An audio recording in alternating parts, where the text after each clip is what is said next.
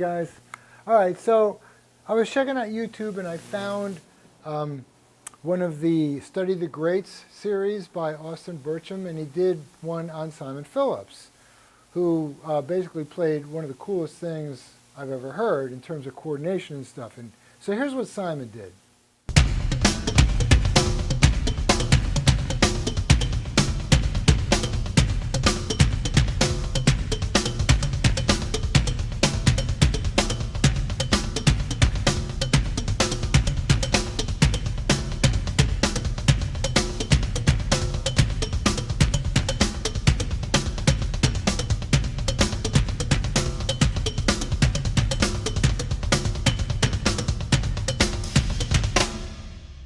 So anyway, I'm not going to explain what Simon did. I'm not going to break it down. Austin already did a great job of that. I'm going to provide a link below. You can check out his video if you want to know exactly what Simon did. And I highly recommend Austin's channel in general. He does a great job of analyzing different great drummers and all that. So yeah, check him out. Anyway, I altered the pattern to fit my drums and my orientation, which is righty. So I'm going to show you what I did. And this, of course, would introduce another segment of Gary tries to not make a fool of himself.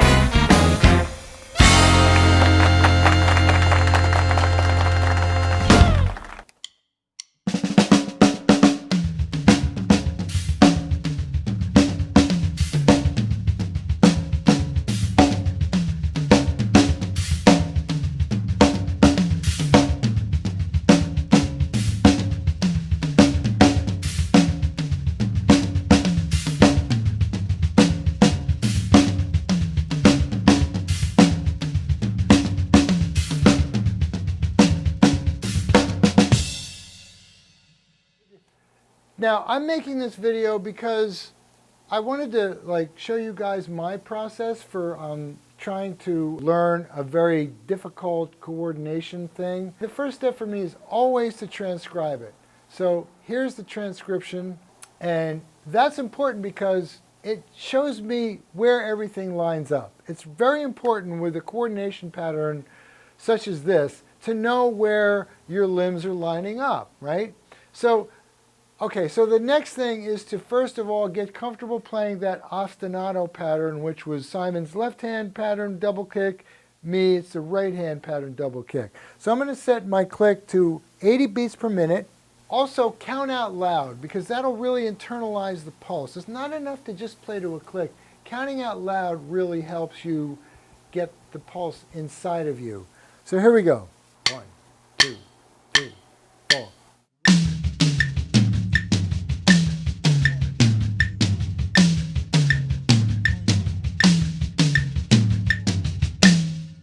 Okay, so this is a pattern that is spread over 3 bars. And it's important to understand where all of those notes fit on a 16th note grid in 4/4 time, because you have to be aware of everything when you add the left hand part. So it's super important to get comfortable playing that and counting out loud so you can hear it in 4/4 time and feel the 16th note underlying grid. Now, if you're up to it, try adding the snare drum on 2 and 4. And if you consult the transcription, you'll see exactly where 2 and 4 lines up on all 3 bars. So here's what that looks like.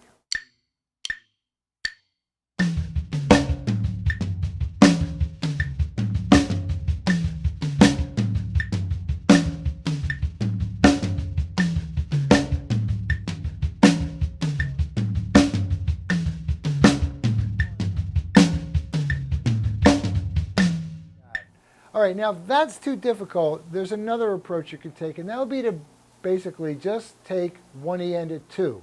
So the first beat including beat 2. And you just play the part. And that would be this.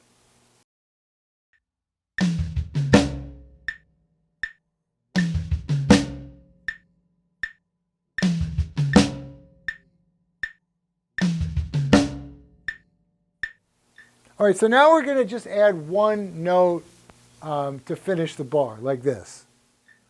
1, 2, 3, 4.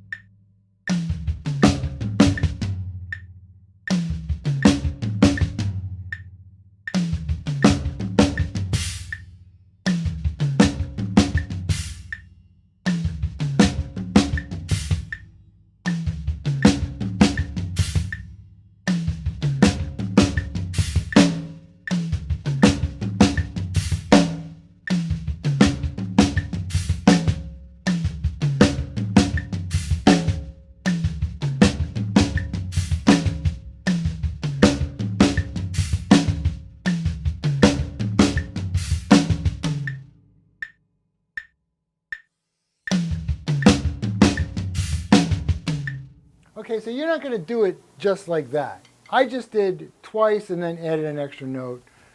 Did that twice, added an extra note, etc. But the thing is, you practice each additional note with this new grouping until it's comfortable before you go and add the next note. Look, this is going to take time. It took me several weeks to get to where I am now, and I'm not there yet. This isn't fluid yet. It's still... I still have a ways to go, but the point is, be patient and be persistent. Perseverance and patience are two qualities that separate great drummers from everybody else.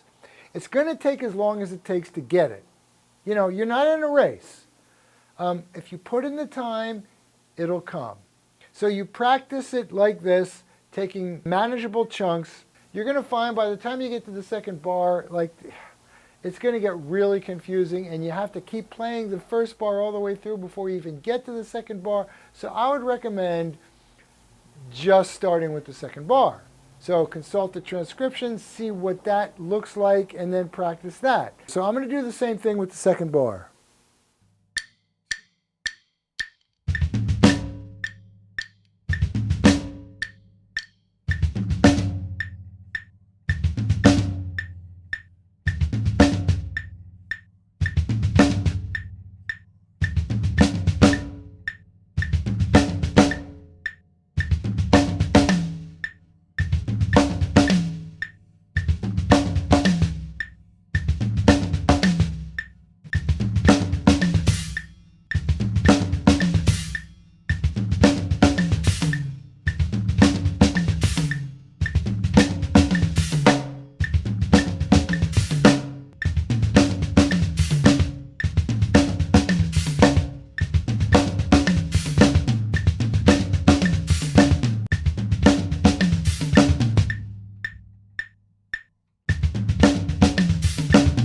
So you would do that with each bar.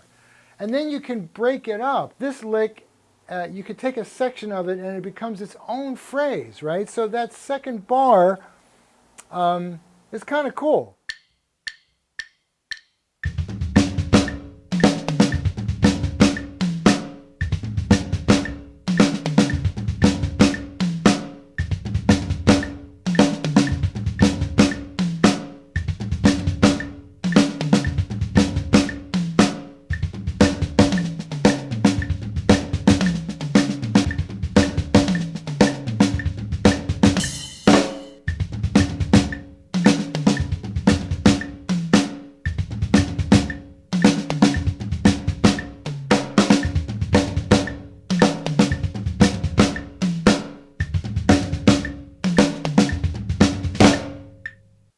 When you start breaking it up in different sort of mini phrases, they become their own phrase, and you get comfortable that way because it's a lot more fun to do that than just keep doing this thing over and over and over again for sure.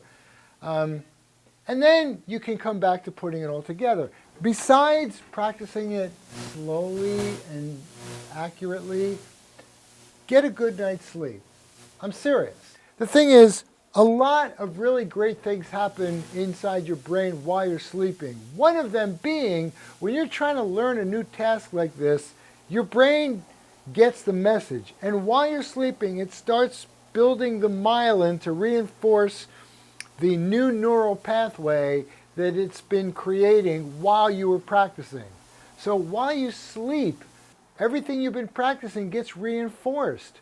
So it's not important that you are able to master something in one sitting. That's crazy. But it is important that you get a good night's sleep, so the next day you'll find that things are a little easier, maybe a lot easier, depending. So yeah, get a good night's sleep, like 8 hours. Now the thing is, on the face of it, this lick isn't really very practical. But the thing is, I want to get it to the point where I don't have to think about it, where it's just so natural to me that I can just play it fluidly, with ease, without thinking about it. When that happens, it sort of becomes integrated into my musical vocabulary, and it'll come out in different ways. So if I can use the analogy of speaking, like when I'm talking right now, I'm not thinking about each word. It's no different with music. What you're doing is you're building your musical vocabulary so you can have a musical conversation. And you can only have a coherent conversation when you don't have to think about the individual words. So that's why I practice stuff like this, even though I really can't see a direct connection between this particular pattern and anything I might be doing musically. But the thing is, first of all, you never know. Second of all, once this gets inside of me, I can take pieces of it subconsciously and integrate it into whatever it is I'm doing, right? So it's not a waste of time to do stuff that's pretty esoteric like this, in my opinion. It ups your entire game. Across the board, it makes you a better player. Expand your musical vocabulary. All right, that's all I got for today, guys. This was kind of a long one. Anyway, hope you got something out of it. I'll see you in the next one. Take care.